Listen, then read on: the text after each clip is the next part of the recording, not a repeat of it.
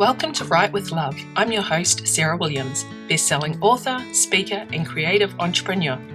Each week, I chat to passionate and inspiring authors about their journey in creative writing. Some are traditionally published, some do it themselves. Everyone's journey is different, and everyone has something interesting to say. We all love love and love what we do. Today's show is brought to you by our amazing fans and supporters on Patreon. If you'd like to help support the show and get some awesome bonus episodes, go to patreon.com/Sarah Williams Author to learn more. Now here's today's show.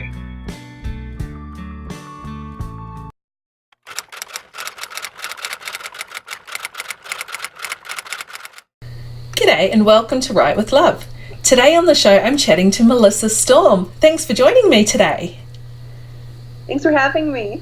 I'm really excited about this. Obviously, it's been announced that you're coming out to the Romance Writers of Australia in Melbourne this year, which is awesome, and we will be talking about this in a few minutes. But I always start the show by asking my person I'm interviewing to tell us about yourself and your writing journey so far.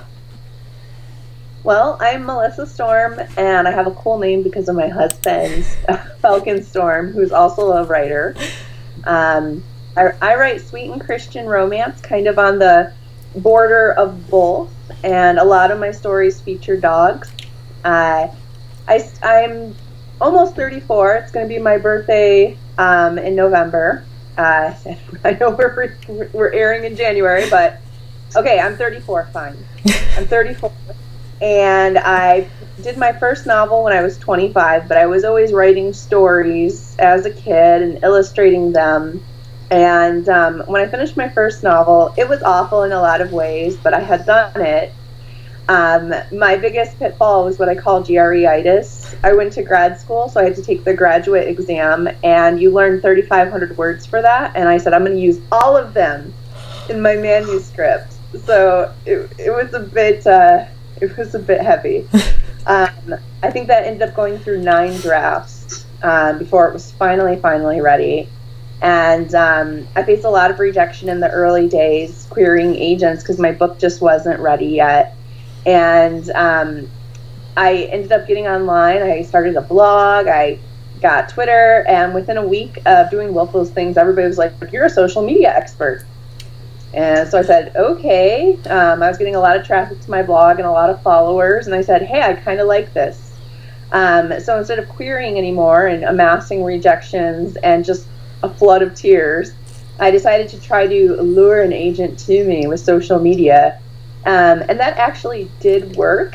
I wrote an article on how finding a literary agent's like playing a game of Mortal Kombat. And an agent really liked it and approached me, and I worked with him for a while before deciding I'd rather be indie because traditional publishing is so slow. Mm-hmm. And I've recently become hybrid again with a deal from Kensington, but mostly indie. It's where I love to be. You face rejection constantly, but just keep going because as writers, how can we not? Mm-hmm. So I've made the USA Today list 2 times. I have 30 books. But I love what I do. I just love it, and I can't picture any other life. Yeah, no, that's fantastic, and congratulations on the USA Today best-selling list. Did you do that on your own, or were you in compilations or anything like that, box sets? One was the first book in my Sled Dog series, Let There Be Love, and that was just mine. And the second time was quite recent. It was with my co-author KP Dawson. We wrote a book together, and that made the list. Yeah, oh, awesome. I love to do that. It's definitely, everyone's dream to get on that. So you write sweet and wholesome. So tell us some of the themes, I guess, that go through your books. I know you love the dogs, but yeah, tell us about that. Well, I don't shy away from rough subject matter. So my first Street Church romance series, for example, that actually had the first contemporary Christian Kindle World, back when that was a program and a thing. Oh. Amazon said, we love how you tackle real life issues and readers still like your books. And you're doing it in romance of all places. I'm supposed to be happy. So they gave me a publishing deal with Kindle Press for the series and Kindle World's contract, and that was great until Kindle World shut down and created a huge mess for all of its licensors. So I used that opportunity to say, I want my series back. And I actually started a publishing house, Sweet Promise Press, to publish those authors who were already with me, as well as some new series. But in First Street Church Romances, I discussed depression, suicide, hoarding, gastric bypass, which I have had. What else?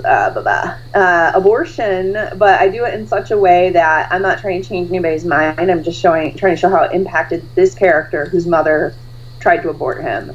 So I really don't shy away from rough things. In the book I'm writing now, the heroine is pregnant, but her husband died in the military 2 weeks after she found out. Oh my gosh. So she's dealing with about to become a mom and a widow at the same time. So my books almost always make people cry, but they do have happy endings, and I consider myself a success if I can make my husband cry when he's doing the content edits. That always makes me feel great. And so far I've done a lot of that in the current book, so I think it's going to be a good one. Oh, excellent. So you talked about co-writing. So you've co-written with KP Dawson and also with Melissa McClone. So tell us about co-writing. How does that work with you guys? Yes, and I also have, I'm working on a third co-authored series with S.J. McCoy as well. Oh, cool. And then with my publishing house, Sweet Promise Press, each of our series is 6 authors. So we've finished one already, the Gold Coast Retrievers, and I was the lead author on that. So lots of co-authoring experience. Yeah. I like it, but you have to find the right people. With the right people, anything is possible. So don't just consider we're friends, this will work. Think about your writing styles. Your writing skill level is really important to match up. And I've found the most important thing is attitude toward deadlines. Because I've had a co-author who wants everything done a few months in advance because she's from a more traditional background, and I don't even start writing the books by then. So I also have a co-author who our book is coming out in less than a month and we haven't started it, and we're just like, this is a really fun act of sisterhood where we get to rush toward the deadline together and just live in this story. And that's more compatible with my writing approach. So that's been really rewarding. Yeah, gosh. So writing your books, I mean, I'm a deadline person as well. I've got a deadline of like next week and it's finally almost finished. But yeah, so how long does it take you to kind of write and get it? Is it really clean first draft? And tell us your process. I do 2 drafts. So I write in Scrivener. I'm usually a really hardcore plotter. I do all my outline.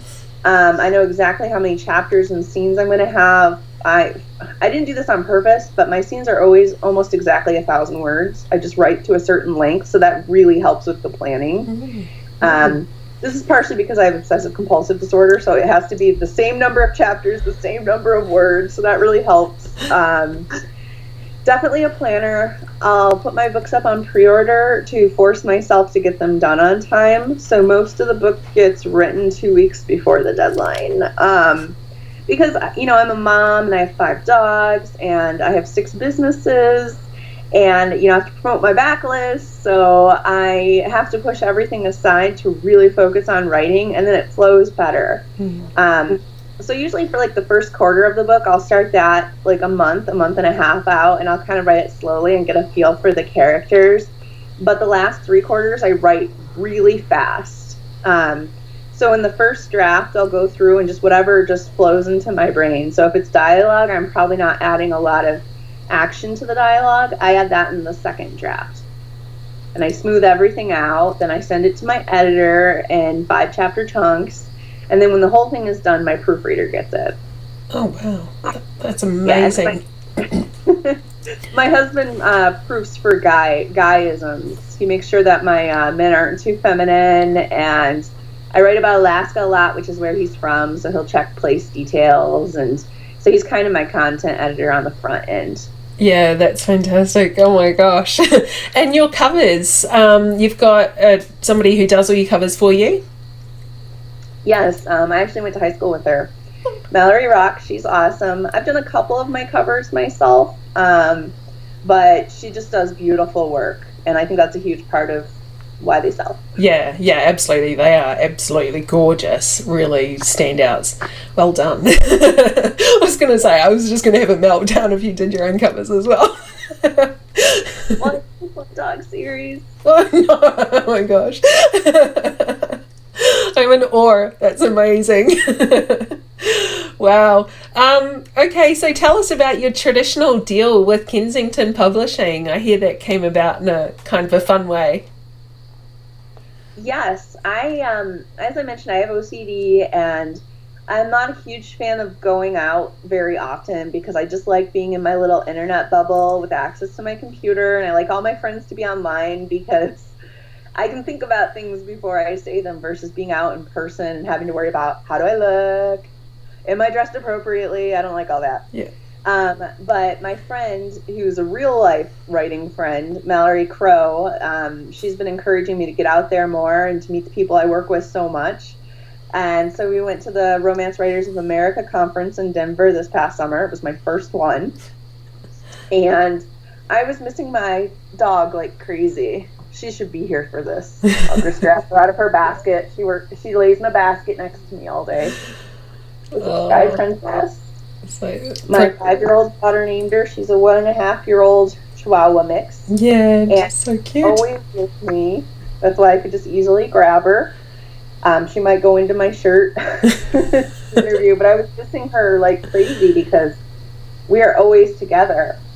And in the industry marketplace, my friend and I were walking through, and I saw a lady wearing a little dog in a carrier on her chest.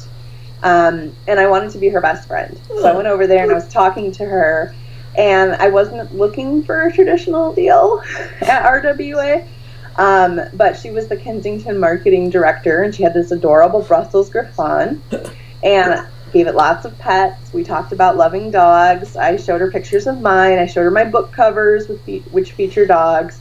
And then she introduced me to one of the most senior respected editors at Kensington, and she just like really advocated for my books. So that editor read a couple of my books, and she said, "Hey, how would you feel about writing a new series, a new idea that kind of combines these two elements, these two series?" So I wrote up the pitch, and they made an offer for a 3-book series as well as a collaboration with Fern Michaels, which I'm really excited about. So my first deadline for that is coming up on February 1st. Yeah. And I have a lot of writing to do this year. I bet. Oh my gosh, you must just be having books come out like all the time. Not next year, because I'm going to be writing these traditional books that are not going to be published until 2020. So True. I really had to buckle down and look at my schedule and say, what can I do to keep my indie production while meeting these deadlines. So I'm trying to focus more on writing. I say it's the first time in my career for the past several months where I prefer the writing to the marketing and business ends, because I really love business. I have 6 of them. But I'm really, really into my writing right now and just trying to keep up with it rather than take long breaks between books like I'm prone to do. Yeah. Well, you've got a series called Church Dogs of Charleston, and I'd love for you to tell us a little bit more about the series and about your latest book. Yes. So Sky Princess, who you just saw, that's our Chihuahua, and we ended up, she's like, "What are you talking about me? Let me sleep in my basket." It's very early here. Show you what she does all day. If she's not laying in my shirt, she's in her basket. Oh, so cute. And this is a blanket with my book covers on it. Oh, that's so cool. I'm sorry. I'll put your basket back. It's early. She's like, "This is not the time to be hyper, Mom." So about 6 months after we got her, we also, her mom needed to be rehomed due to sudden and severe allergies. And I said, yes, give me my dog's mom. So we have her and her mom. Her mom, Mila, is still in bed with my husband because her favorite thing is to be in bed. She would do it all day if you let her. Eat and be in bed.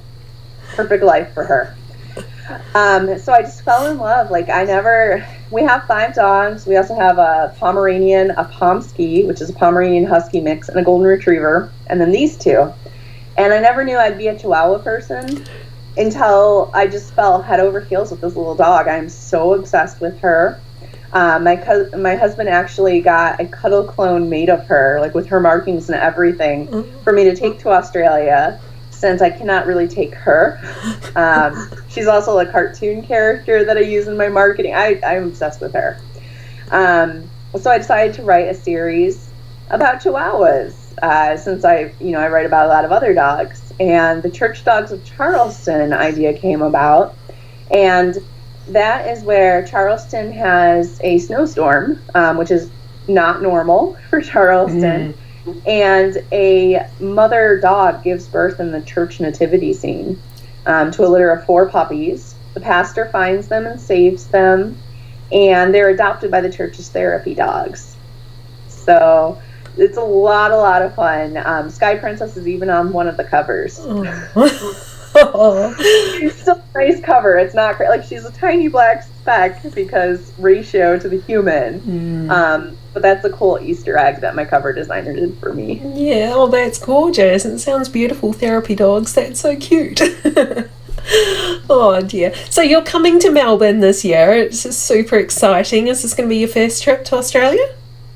It is, and I've wanted to visit forever, and I didn't know my 5-year-old daughter wanted to visit so badly, but she will not stop about going on the plane to see the kangaroos. That's what's important to her. So hopefully we'll see kangaroos while we are there. I mean, she's 5. So that'll be a fun plane trip. But yes, the whole family's coming, minus Sky Princess, of course. And we're really excited. We're also doing the Romance Writers of New Zealand conference in Christchurch, and I can't wait. I'm really excited. I've been sharing my topics with the organizers and planning, and it's a first for me. Oh, that's so exciting. So what sort of things can we expect for you to be talking about while you're out here? Definitely ads. I'm a big data girl. Survey methodology is what my master's is in, so I love data. I just love them. So I haven't had the topics finalized yet, but I definitely want to do one on big data with ads, sales, reader input, newsletter numbers, and what they all mean and how to adjust from there. I believe for Australia I'll be doing an 8-hour workshop on book launches, different styles of book launches and the different components, and how to launch on no budget, how to make a list run. So those are just some of the topics. I have to wait until I get full approval, but 8 hours. Oh my gosh. I had to pick a topic. Yeah, those are huge, those Fridays. I've been to a couple, and I had to oh my god. Yeah, there's a lot of coffee involved, and we're all kind of brain frozen by the time we come out of it, but that's awesome. Coffee is involved right now. Oh, you're going to have to bring some, because I don't think we get that here. So it's not a beer, it's a Starbucks. Yeah, it's Starbucks. Oh, that's fantastic. So what are some of the things, you've got these 6 businesses, and I know you do a lot of promotion with authors. I know I've just done a couple of BookBub promotions with you, which has been brilliant, because BookBub's just amazing. So what can you offer authors, and where can we go and learn more? I think the best place to go is my author website, melstorm.com, and go to the About page, and all the businesses are there, the logos, so you can kind of click and see. I used to have one business until my accountant was like, what are you doing? These are all separate. They have separate goals. Like, you need to divide these out. So I worked with an estate planner to do that. The one that you referenced is LitRing, so that's group promotions, advertising for authors. Novel Publicity was my first business, and it's still going strong. That opened in early 2011, and that's formatting, marketing consulting, You can hire me by the hour. And I actually do keep Australian office hours too. So this time we're talking right now is 7 a.m. in my time zone. I keep that regularly available because I do meet with so many Australian authors. And that's actually how this opportunity came about, because I opened my Hire by Hour program and like every other one was with an Australian author, and I was like, where are you guys all coming from? Like, where are our Canadians and Brits? Like, why is it America, Australia? Cool. Maybe I should go to Australia and meet some people. What conferences do you recommend? And they're like, we're on the board. We'll go to bat too. So, very cool. Awesome. As we shall receive. So then I have Your Author Engine, where I teach courses on different styles of book launch, Facebook ads, newsletter tips. My publishing house, Sweet Promise Press.